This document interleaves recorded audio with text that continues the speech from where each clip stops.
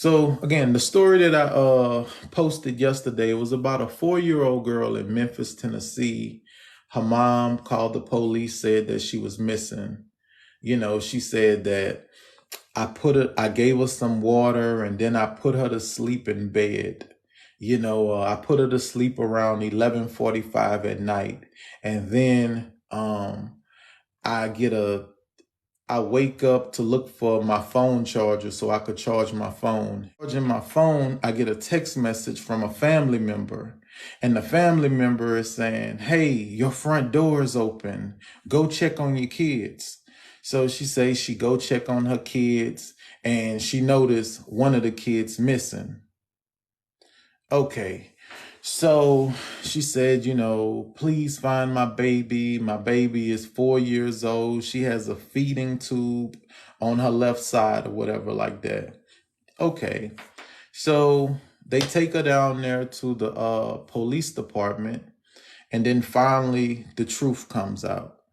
She said, "My boyfriend beat her to death.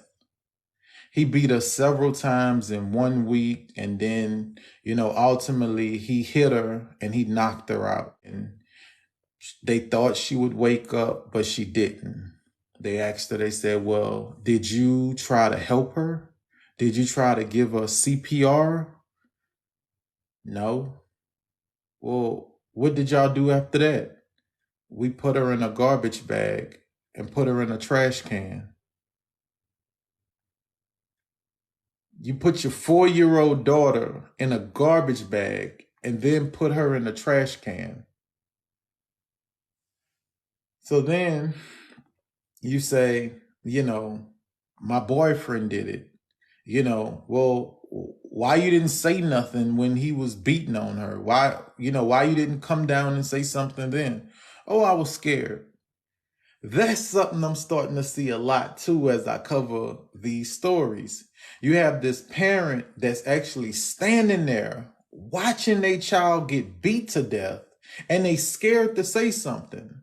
But then after the child is dead, they find all the courage in the world. They don't have no problem coming downtown, sitting with the police, giving them detail by detail to what happened. "Yeah, he punched her. Then after he punched her, he picked her up, slammed her against the wall, and he did it over and over and over again." You're not scared. I mean, like, how did you get so brave? Why you couldn't be this brave while it was happening? The same things that you think he could have done you then, he could do you now. And I personally feel like we are living in a time where nobody wants to be alone.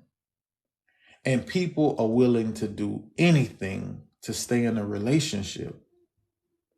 They're willing to sacrifice anything just to have somebody laying next to them at night in the bed. And when I say sacrifice anything, that's just what they're doing. They're sacrificing anything just to have some company. And unfortunately, a lot of times it's the children. And it's a lot of times it's that boyfriend. Listen to me. Everybody that date you don't want to date your kids. Some guys that you meet are only into you. They don't want nothing to do with your children. And I would say, ladies, if you notice that, don't ignore that. Again, some of these guys are only interested in you. And I would tell you this here. If a man really loves you, he's gonna love your kids too. He's not gonna ask you to choose between him and your kids. And he's not gonna try to come in between you and your kids. He's gonna love those kids the same way he loved you. So if you with somebody and they constantly trying to divide you and your children, they're constantly trying to make you choose them over your children, that's not the person for you. That's not the person for you. And unfortunately, It's a lot of people like that, and in my opinion, if you let somebody violate your children, you ain't no better than them, because your children are looking to you to protect them,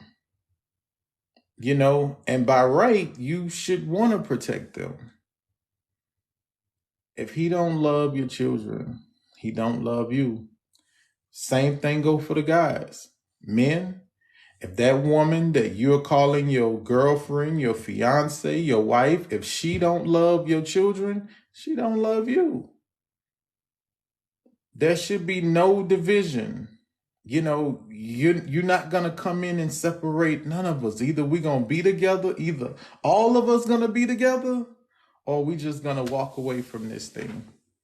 We just gonna throw the deuces at each other and just go out on separate ways.